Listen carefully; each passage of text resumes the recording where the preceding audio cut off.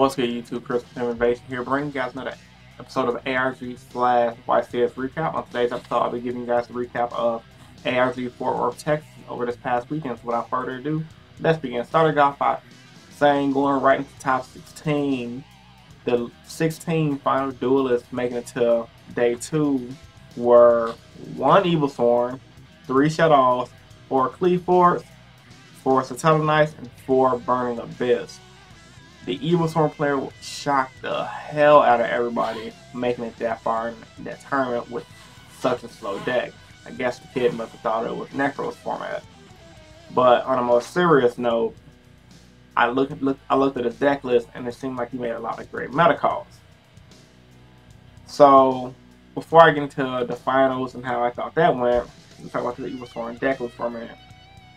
Starting off by saying he main decked 2 Kaiser Coliseums.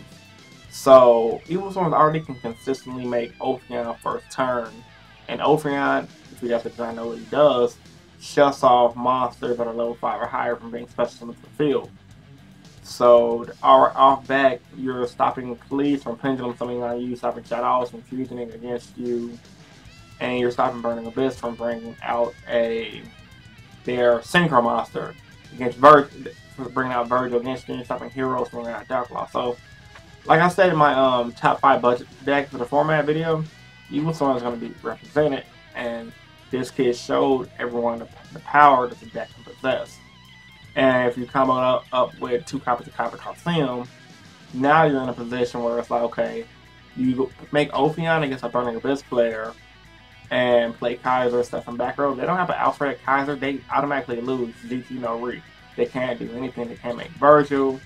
They can't touch something like Dante. They're just pretty much going to be in a bad position until you decide on drawing your other side deck pieces to beat them.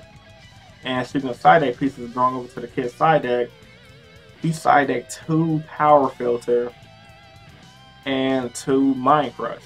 So I'm assuming those could have both went in for the Burning Abyss matchup, Mind Crushing anything that one Burning Abyss guy that searches the deck.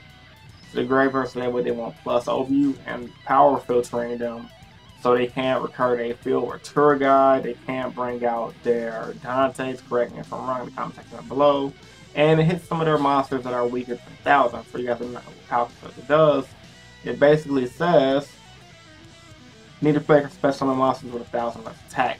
Really potent effect. So imagine opening up a field of Ophion, Power Filter, Kaiser Coliseum. A little back row, that's pretty much GG no against the Burning Abyss deck.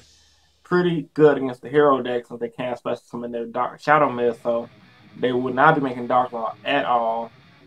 And then again, Shadows is mediocre and Cleaves is mediocre, but he wants item from them anyway.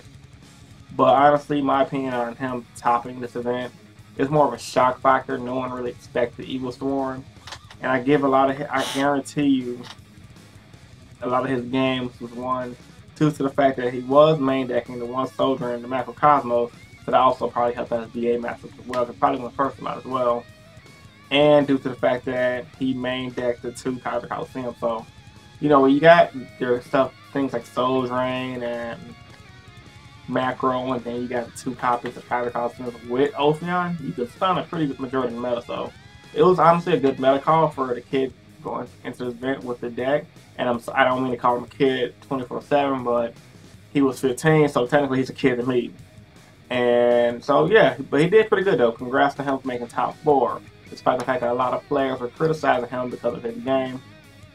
They said that he made a lot of misplays, but I do admit that he did make the biggest misplay, which caused him to possibly going into top 2. If you guys weren't watching the live stream, his opponent went Denko Seka while he had 4 back row set and he had a Silent Warning set, and he did not activate the Silent Warning. And I'm assuming he must have thought that Denko Seka shut off Warning as well, which is understandable. I mean, a lot of us more experienced players know better, but some people just gotta realize that when you're at the top tables, and this is speaking from experience, not just with Yu-Gi-Oh, but with different card games like Naruto, you get nervous and you play a lot. I'm not going to talk too much on that because I'm going to make a separate video about backseat duelists and etc. So expect a ramp video coming soon after this video. But congrats to the kid for doing good. He repped this city. I'm pretty probably a local, so yeah, congrats to him. But yeah, the rest of the top 16, like as I already said, was pretty standard. The meta that's been going on: Shadows, Fleas, S Nice, Burning Abyss. The finals was Shadows and S Nice, which a lot of players did not expect, because even me personally, I think Fleas have is a better deck than S Nice, but S Nice can counter the meta better, and Fleas kind of folds to Burning Abyss. So this is one of them triangle things on who play what and all the variables that get thrown into place.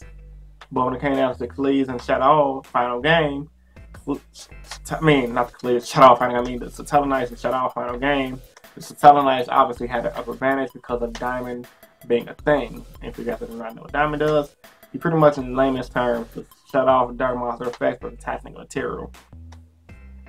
So, pretty intense event. Not too much to be said about it outside of the Evil Sworn guy making an impressive top 4 finish. Kind of disappointed a lot of my hero players didn't represent, but you know what? It's still early in the format, and I'm pretty sure a lot of players throughout the US do not have an optimum build. But that's not saying that hero deck's not good, because on the regional level, just like last weekend, a few hero variants top this weekend all can be found on Vex's 666 channel. So guys, check over, all you hero enthusiasts, go over to Vex's channel, check them out, show them some love, and check out the hero decks that did well. So hopefully for the next event, we can see heroes with a big finish. Hopefully if I go to another big event in the distant future and the format hasn't changed too much, I'll bring heroes to a big finish, but we can never know what the future holds. So, with all that being said, hope you guys enjoyed today's recap. If you did, give a big thumbs up to show support. As always, comment down in the comment section below what you guys thought about this recap at hand. And of course, I do these videos because I truly believe in helping you guys become better players. And I truly believe in you guys helping me become better players. This was Chris from Innovation signing out. Please hit that like button to show support. And I'm out. Deuces, have a good day.